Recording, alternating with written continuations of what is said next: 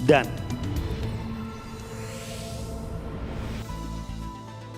juara Stand Up Comedy Indonesia Season 5 adalah,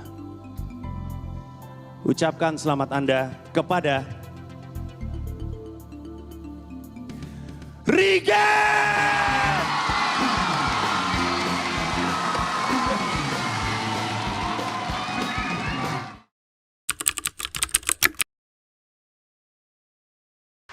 Selamat malam, gue dari Bima, tapi gue udah lama di Jakarta. Dan di Bima itu terkenal dengan yang namanya pacuan kuda. Dan di pacuan kuda ada yang namanya komentator. Dan komentator kuda itu, komentator pacuan kuda tuh ngebosenin banget gitu, kayak gitu-gitu aja. Baiklah kita lihat bersama-sama, kuda sudah masuk ke lapangan pertandingan. Ya iyalah kita tahu.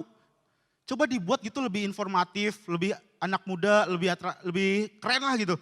Jadi kayak komentator di acara CCTV atau tahu nggak sih gitu. Jadi pas kuda masuk, wah guys, lihat tuh, kuda sudah memasuki lapangan pertandingan guys. Kalian tahu gak sih kuda itu makannya apa? Kuda makan rumput. Kalian tahu gak kenapa rumput warnanya hijau? Itu karena ada klorofil yang bertugas melakukan fotosintesis guys.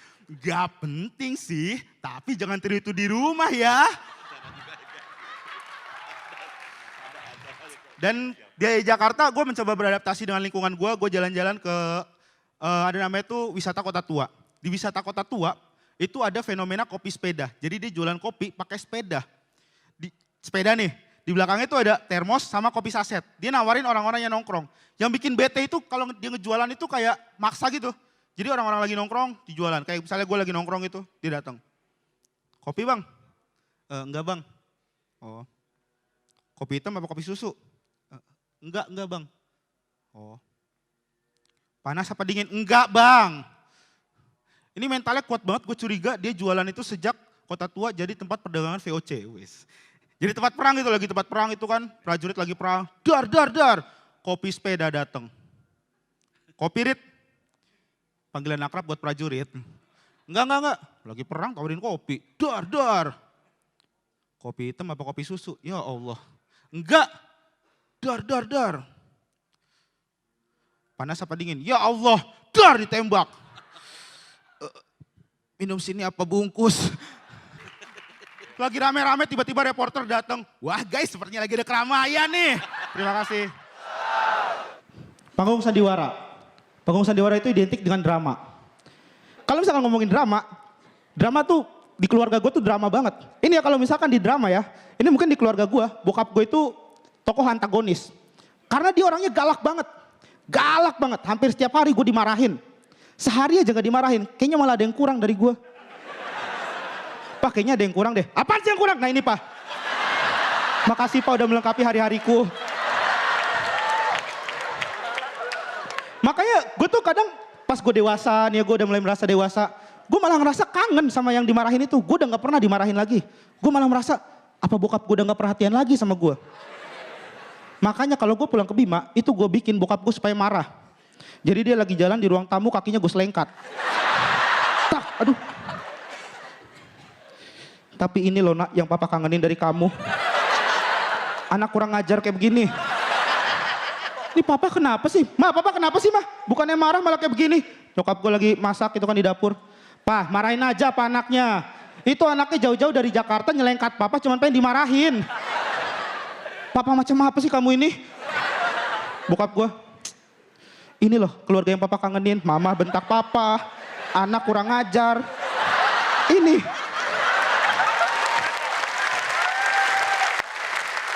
Dan bokap gue tuh hobi banget yang namanya pacuan kuda. Pacuan kuda. Nah di pacuan kuda tuh ada dukunnya. Setiap kompetisi tuh ada dukunnya. Ada dukun-dukun gitu. Nah dukunnya itu ngejagain selama kompetisi itu. Selama seminggu. Dan dia nggak tidur. Dia ngejagain pola makan, pola tidur, sepak bola. Enggak. Dia ngejagain semua. Pola makan, pola tidur. Dan dukun ini dia tuh biasanya pas kompetisi itu dia ngedoain dukunnya, kudanya. Dia ngedoain kudanya gitu. Jadi dukunnya pas mau lari nih, pas mau kompetisi, dukunnya ngedoain. Rai jarah, rai kipi, rai kepodar, rai kipi, aduh saya pemiliknya mas, kudanya sebelah kiri. Maaf mas, seminggu saya nggak tidur gitu. Terus kudanya mandangin gitu, seakan-akan ngomong, gua mah gua tampol. Tadi Viti itu gua parodiin Feni Rose waktu jadi pembawa acara gosip. Buset itu acara gosip, set ruangannya serem banget. Ada lilin lah, bau kemenyan. Ini gue curiga di lacinya ada jenglot kali ini ya. Gak cocok Mbak Feni tuh bawain acara gosip, terus set ruangannya kayak gitu. Ki Joko bodoh sekalian. Lagian set ruangan kayak gitu mau gosipin siapa? Kuntilanak, genderuwo, kuntil ruwo, gender anak, kuntil gender, ruwo anak, ruwo serigala, ruwo wo wo wo. Ah sudahlah.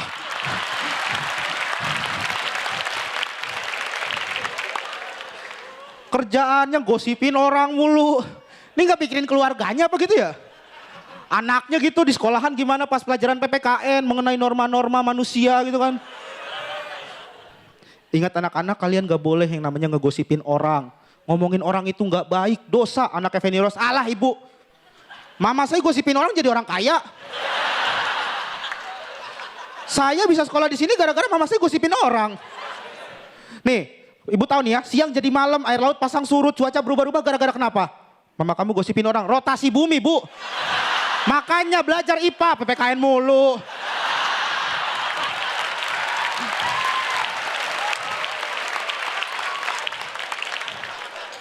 Nih gue kasih tahu nih ya, nih Suci 5 syutingnya sampai jam 12 malam.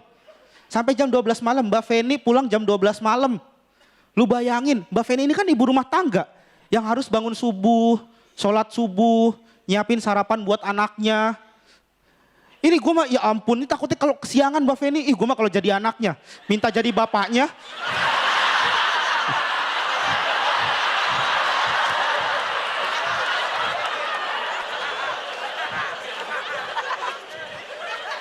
Mbak Feni sekarang apa? Jualan apartemen tapi mesra. Ya pokoknya Mbak Feni jualan apartemen gitu kan. Laku, ya laku lah. Lokasinya strategis, ya kan? Dikelilingi oleh taman yang hijau, hanya 5 menit dari jalan tol. Ya laku. Nenek-nenek disuruh jualan juga laku. Gak usah nenek-nenek deh, triplek nih, triplek. Lu tancap di depannya, lu tulis dijual. Terus nomor handphone, tanpa perantara, tanpa bunga, tanpa cinta, bagai taman tak berbunga. Oh begitulah kata para pujangga. Laku lagunya Rhoma Irama. Ya. Ini kalau emang Mbak Feni nih ya, ulung dalam jualan gitu, dalam jualan, cobalah jualan tuh yang baik-baik gitu. Misalnya jualan apa? Pariwisata Bima. Jual gitu. Jadi ntar Mbak Feni ngomong, ayo segera ke Pantai Wera. Di sana pasirnya putih, air laut yang jernih dan pegunungan yang hijau. Hanya 3 hari dari jalan tol Jakarta. Dan gini. Dulu nih ya, Mbak Feni itu bawa acara gosip ya kan, bawa acara gosip, terus jualan apartemen, terus juga kata Bari tadi itu kan dia instruktur senam aerobik, yang pada dasarnya itu acara orang tua, emak-emak ya kan. Sekarang Mbak Feni malah jadi juri Suci 5, yang pada dasarnya Suci 5 ini acara anak muda. Ngapain Mbak? Nyari berondong? Hah? Nyari berondong Mbak? Nyari berondong? Nyari berondong?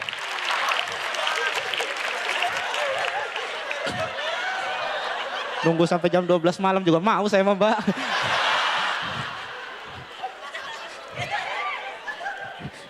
Ya kan? Dan di antara ketiga juri nih ya, di antara ketiga juri, Mbak Feni Rose, Mas Radit sama Pak De Indro. Ini cuman Mbak Feni Rose doang yang belum pernah gue denger main film gitu. Ya kan? Mas Radit kita udah sering dengar dia main film. Filmnya apa? Manusia Setengah Salmon. Pak De Indro, Manusia 6 juta dolar, ya kan? Mbak Feni ntar jangan-jangan bakal bikin film. Judulnya Manusia Setengah Salmon yang harganya 6 juta dolar tinggal di apartemen yang hanya 5 menit dari akses jalan tol. Jualannya terus Mbak. Itu kursi bawa pulang biar dijual. Tapi kalau ngomongin masalah kesehatan yang serius ini di Bima. Di Bima itu orang lebih percaya dengan yang namanya pengobatan tradisional daripada ke dokter. Masalahnya karena di dokter di Bima itu jumlahnya masih sangat terbatas. Bahkan sama orang yang gak punya Twitter, di sini yang gak punya Twitter boleh minta tepuk tangannya? Udah. Enggak, kayak dokter di Bima enggak sesedikit ini juga sih. Ini 5 orang ya Allah. Di Bima 6 orang dokternya bener dah. Selain itu juga fasilitas kesehatannya itu kurang memadai. Makanya banyak pasien yang dirujuk ke kota-kota lain. Ada pasien lagi sakit di Bima, dirujuk ke Mataram atau Lombok. Udah gitu ternyata alatnya nggak ada, dirujuk lagi ke Surabaya. Di Surabaya ternyata alatnya nggak ada, dirujuk lagi ke Jakarta. Nyampe Jakarta pasiennya berdoa. Ya Allah, sekalian ke Singapura. Pengen ngeliat Universal Studio gitu. Minta jalan-jalan sekalian gitu.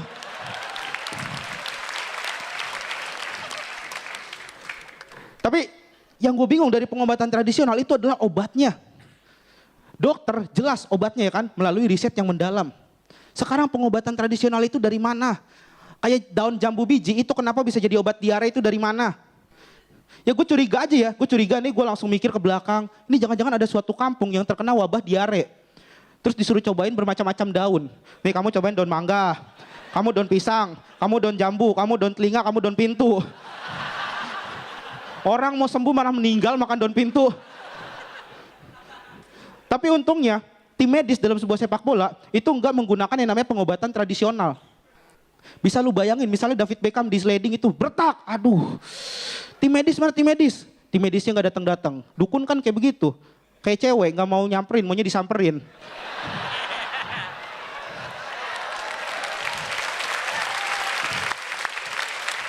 Akhirnya David Beckham datang ke dukun bawa ayam hitam gitu. Victoria Beckham belakangnya bawa nasi tumpeng. Terus dicerita, ini Mbak Dukun, aduh kaki saya tadi di sliding. Ini mah kayaknya orang deket. Ya emang deket Mbah. Yang namanya sliding dari dekat. Kalau jauh mah LDR.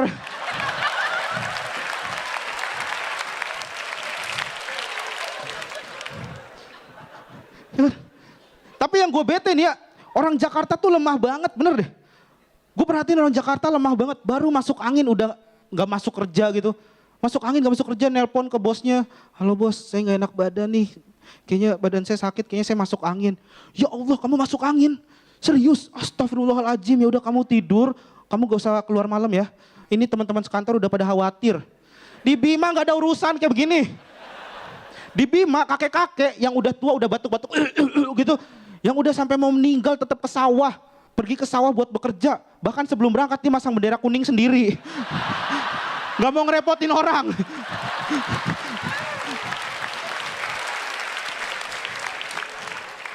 Orang Jakarta tuh ya Allah lemah banget. Sama tawon 1 biji paniknya minta ampun. Ya Allah tawon. Nih gue kasih tahu ya, di Bima madu yang kalian minum itu kita samperin langsung sarang tawonnya. Ribuan tawon kita samperin. Kenapa? Karena kita udah terbiasa. Tawonnya juga takut sama orang Bima, dibentak, minggir. Pada yang nyampe Jakarta gitu. Ya senang banget ya, Suci 5 kita kedatangan seorang penyanyi terkenal, Once.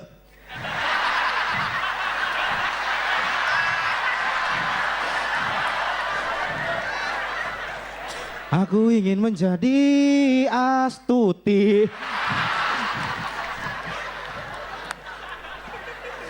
Enggak, Agung Hercules ya kan. Lihat badannya gede. Dan setelah gue cari tahu ya kenapa badannya bisa gede itu karena dia makan sehari itu 1 kilogram daging. Ya kan Mas Agung?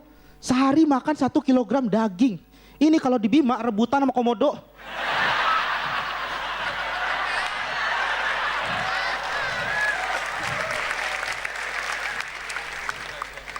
Lagian yang gue bingung dia ngegedein badan jadi penyanyi dangdut. Buat apa gedein badan buat jadi penyanyi dangdut gitu? Gedein badan nih, kalau gedein badan udah gede badannya, cari pekerjaan yang sesuai dengan badan besar gitu. Apa kuli bangunan kayak gitu? Petani kek, peternak kek, abang saya kek. Ya saya juga mau punya abang artis. Iya dan untungnya nih Mas Agung ini nggak menginspirasi. Kalau menginspirasi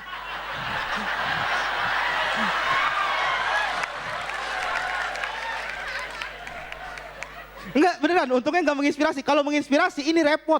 Ada orang badan gede sedikit, oh jadi penyanyi dangdut enak nih gitu. Petani, peternak gitu kan merasa badan gede jadi penyanyi dangdut. Lalu siapa yang akan menjadi petani dan peternak Indonesia? Dua pedang, Saipul sama Nasar suruh jadi petani. Disuruh macul malah bedakan gitu kan. Mecut kebonya nggak mut. Orang benih dia disebar dia nggak disawer.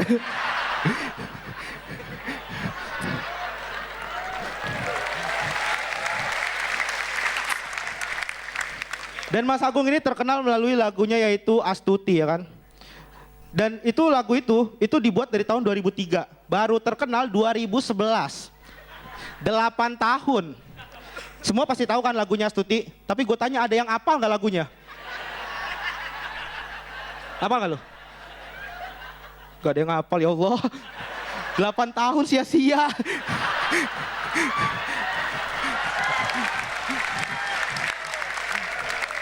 Lagian ya masalahnya kenapa? Masalahnya tuh ya, itu lirik lagunya itu panjang banget.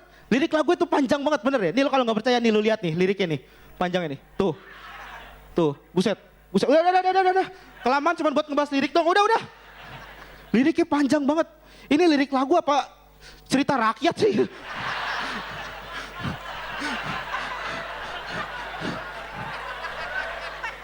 Udah panjang, itu buat biar cepet gitu biar kelar gitu, durasinya biar cepet. Dia nyanyinya dicepet-cepetin. Tengah cita Astote, buset ini orang nyanyi cepet banget ya.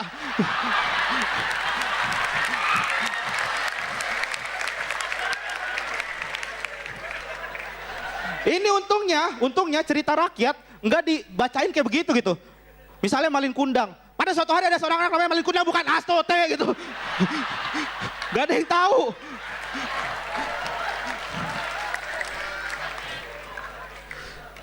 Tapi gitu-gitu Mas Agung ini pernah main film. Dia main film Comic 8 bareng alumni Suci. Sebenarnya emang gak ada dia juga film itu udah lucu. Dan yang ngeselin adegan dia di film itu cuman ngomong riptu. Serius lu gak percaya? Nih ada nih potongan adegannya nih. Ringkut beliku lebih itu. Ringkut beliku lebih itu. Ringkut beliku lebih itu.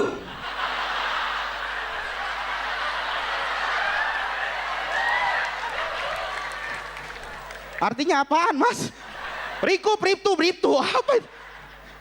Jujur ya, gara-gara Mas Agung, image orang keker dalam sebuah film jadi jelek.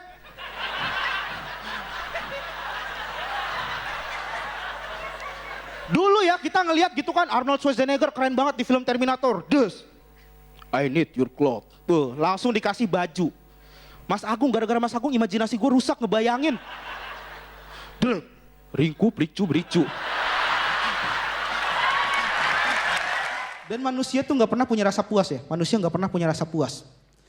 Ketika gue dapat golden ticket, gue kira wah udahlah gue udah puas itu. Ternyata enggak.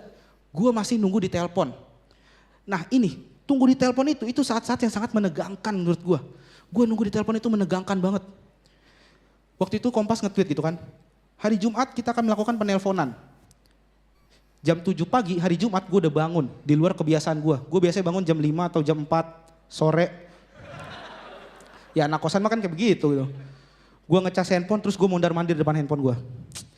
Ya Allah, mudah-mudahan diteleponin ya Allah. Dan kalian tahu, gue adalah orang yang ditelepon terakhir. 4:30 gue akhirnya ditelepon.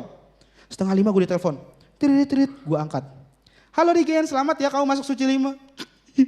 Ya Allah, serius ini masih masuk suci 5. Gue nangis. Gue nangis kejer banget saat itu. Karena gue gak nyangka. Gue nangis kejer banget. Lu gak percaya, Kompas sampai nge-tweet kayak begini. Butuh 3 menit untuk Regency menenangkan diri setelah dikasih tahu lolos ke babak pre-show. Gue nangis. Akhirnya 3 menit kemudian gue ditelepon. Halo Regen, jadi kamu harus bawa... Saya masih gak kuat mbak. Regen kalau kamu masih nangis, kamu kita batalin ya. Enggak mbak, saya udah gak nangis kok mbak. Nah gitu dong Jen, kamu harusnya jangan nangis. Kok kebalik sih nih? Dan juara ya, juara itu bukan berdasarkan hasil angka penilaian menurut gue. Juara adalah siapa yang bisa memikat hati penonton. Contohnya. Assalamualaikum. Gimana kabar sobat saya? Alhamdulillah. Juara itu adalah orang yang bisa ulala uhui. Juara adalah orang yang bisa mendapatkan hati kekasihnya. Oh. Kayak kamu. Iya kamu, bukan kamu belakangmu itu loh. Makanya calon juara suci 5 itu orang kampung. Cie orang kampung juara. Dia adalah Regen. Makanya Indra sama Rahmat ada di list ini. juara. Siapakah itu? Oh, Regen. Selamat malam, gua Rahmat. Terima kasih Balai Kartini atas segala tahuannya. Terima kasih banyak. Gua Regen.